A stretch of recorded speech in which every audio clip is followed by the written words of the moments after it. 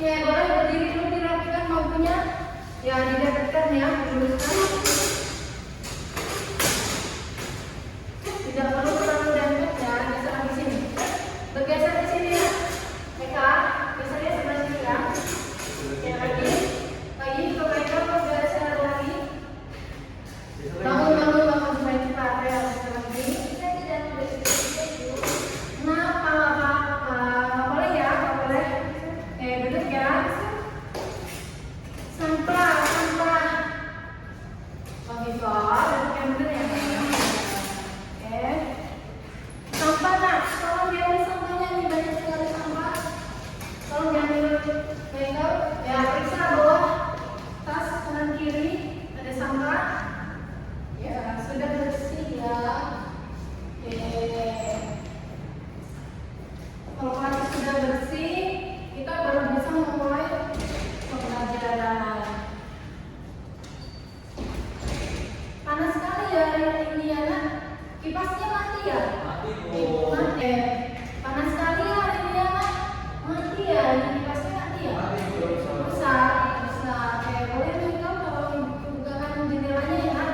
Ya, supaya udaranya masuk ini panas sekali, luar biasa. Nah, kemarin hujan, hari ini panas ya. Oke, sudah ya. Terima kasih. Duduk kembali nak.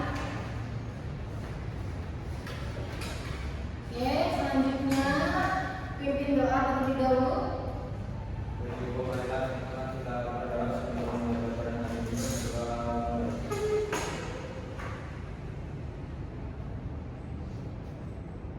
Oke, terima kasih. Bapak melakukan kita sensi ya.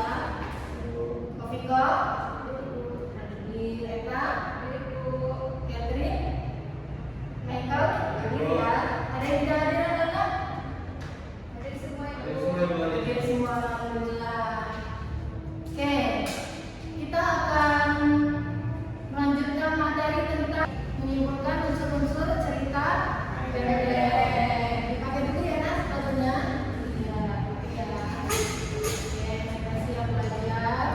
Oke, sebelumnya minggu kemarin kita sudah menjelaskan dengan pengertian cerita pendek. Ada yang tahu pengertian cerita pendek? Boleh nggak itu? Jadi cerita pendek ini ada sebuah karya sastra yang berprosa.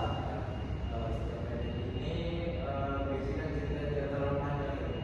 Oke, betul sekali. Cerita pendek ini merupakan bagian dari prosa dan berbentuk pendek dan tidak terlalu panjang ya. Dan ini Ibu ada pengertiannya, lanjutan kita membahas materi kemarin ya. Jadi cerita pendek atau cerpen adalah salah satu jenis karya sastra yang berbentuk prosa fiksi. Dan menurut Kamus Besar Bahasa Indonesia, cerita pendek adalah cerita yang berisi tentang suatu kisah dan tidak lebih dari 10.000 kata. Jadi cerpen juga biasanya disebut sebagai cerita sekali duduk. Nah, artinya hanya butuh waktu sedikit untuk menyelesaikan cerpen tersebut. Oke, tujuan pembelajaran kita hari ini peserta didik dapat memahami dan menemukan unsur-unsur cerita pendek. Selanjutnya, oke, unsur-unsur cerita pendek ada berapa anak-anak? Ada 7. Ada 7. Iya, ada yang 7, ada juga yang 6 ya. Ada yang bisa menyebutkan apa saja? Boleh ya Kak? Ada tema, rokokan, alur, bakat, sudut pandang. Oke, nggak apa-apa kalau lupa karena kita baru belajar hari ini. Tepuk tangan dulu untuk Kak. Oke, betul sekali ya apa yang sudah disampaikan teman-temannya, yaitu yang pertama adalah tema. Jadi tema ini adalah gagasan dasar dari seluruh keseluruhan cerita. Jadi tema ini adalah wadah dari suatu cerpen, bisa dari pendidikan, kemudian bisa dari percintaan, masalah keluarga, dan masih banyak lagi. Kemudian yang kedua, nah sebenarnya penokohan tentang ini digabung jadi satu ya. Jadi kalau penokohan ini sifat atau watak dalam cerpen, tokoh utamanya, sedangkan tokoh ini orang-orang yang terlibat di dalam cerpennya. Nah, penokohan ini boleh Michael bacakan? Kedua,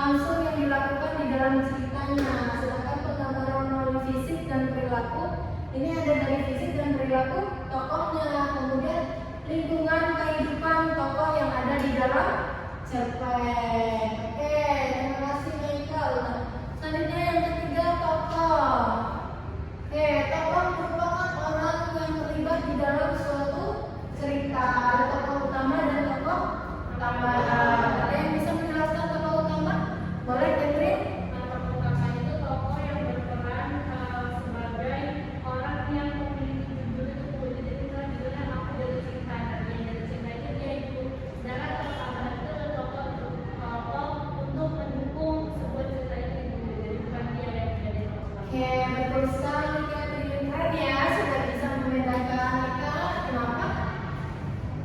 Ngantuk. Ya, kalau fokus dulu ya. Sekarang tidur jam berapa? Begadang. Lain kali jangan begadang ya. Oke, fokus ya. Kita akan menerima materi. Nah, selanjutnya yaitu ada alur. Alur ada 3, ada apa saja alur? Maju, alur mundur, dan alur terangkulan. Sedangkan latar ini ada 3 juga, ada latar tempat, latar waktu, dan latar suasana. Nah, latar dalam suatu cerita ini bisa bersifat faktual maupun imajinatif. Kalau faktual ini biasanya itu latarnya nyata ya atau ada, tapi di imajinatif ini biasanya di cerita pendek fiksi atau dia berupa imajinasi. Kemudian ada gaya bahasa. Gaya bahasa cerpen ini berfungsi untuk memberikan kesan yang lebih menarik dengan menggunakan majas. Jadi majas ini ada banyak ya, majas personifikasi, majas paradoks, dan lainnya ya. Oke, yang terakhir ada sudut pandang. Boleh Eka berkenan bacakan ya. Sudut pandang berisi pandangan pengarang terhadap cerpen. Bisa aja pengarang menjadi orang pertama atau orang ketiga. Sudut pandang orang pertama adalah pengarang terlibat langsung atau orang pertama dalam cerita yang ditandai dengan penggunaan kata ganti orang seperti aku, saya, dan sebagainya. Dan sudut pandang orang ketiga adalah pengarang tidak terlibat langsung dalam cerita yang ditandai dengan penggunaan kata ganti orang seperti dia, mereka, dan sebagainya. Ya, betul ya. Jadi kalau sudut pandang pertama ini biasanya menggunakan kata ganti aku, sedangkan sudut pandang kedua ini kata ganti dia, mereka, atau tokoh lain yang terlibat. Kemudian yang terakhir ada amanat. Amanat ini merupakan pesan moral yang ingin disampaikan oleh penulis kepada pembaca. Contohnya cerita Malin Kundang ini amanatnya itu tidak boleh durhaka kepada orang tua. Oke. Selanjutnya, kenapa ini nak? Kenapa berantem ya? Nih, gak boleh berantem ya. Oke, saling maafan dulu ya. Biar maafan ya. Oke, maafan ya. Gak boleh curi ya. Oke, baikan ya. Ini baikan. Oke, sudah ya. Jangan bertengkar lagi. Karena pembelajaran hari ini kita sudah selesai. Ibu mengucapkan terima kasih ya atas partisipasinya.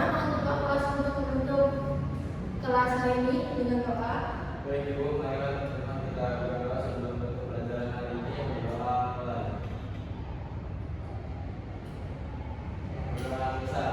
Oke, untuk tugas minggu depan, Ibu minta kita sudah menelaah unsur cerita pendek ya. Jadi saat anak membawa satu cerita pendek dan akan kita bedah unsur-unsur intrinsiknya yang ada di dalam cerita pendek. Boleh cerita pendek apa saja? Sampai sini paham? Oke, Ibu akhiri ya. Assalamualaikum warahmatullahi wabarakatuh. Waalaikumsalam warahmatullahi wabarakatuh. Terima kasih Ibu. Baik, terima kasih. Baik, Assalamualaikum warahmatullahi wabarakatuh. Saya Eka Kurnianti sebagai OL dari Saudari Eka Amelia dalam keterampilan mengajar mengelola kelas. Dalam keterampilan mengajar mengelola kelas, Eka Amelia sudah melakukannya dengan sangat baik, yaitu yang pertama, Eka Amelia sudah menggunakan prinsip pengelolaan kelas yaitu dengan hangat dan antusias, kemudian memberikan tantangan dan variasi luas dan menanamkan disiplin diri kepada siswa. Kemudian yang kedua, Eka Amelia juga sudah melakukan pengelolaan tata ruang kelas yaitu dengan pengelolaan meja kursi, pengelolaan alat pembelajaran, kemudian penataan keindahan dan kebersihan kelas serta ventilasi dan tata cahaya. Kemudian yang ketiga, Eka Amelia juga sudah melakukan tindakan pengelolaan kelas yaitu tindakan preventif yaitu dengan bersikap tanggap, perhatian dan keterlibatan terhadap siswa, kemudian memberikan perhatian pada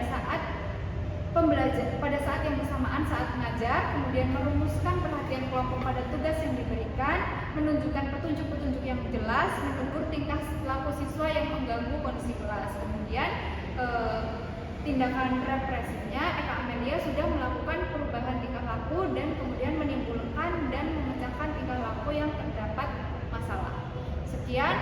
Dari saya Eka Kurnianti sebagai OL dari Eka Media. Saya akhiri. Assalamualaikum warahmatullahi wabarakatuh.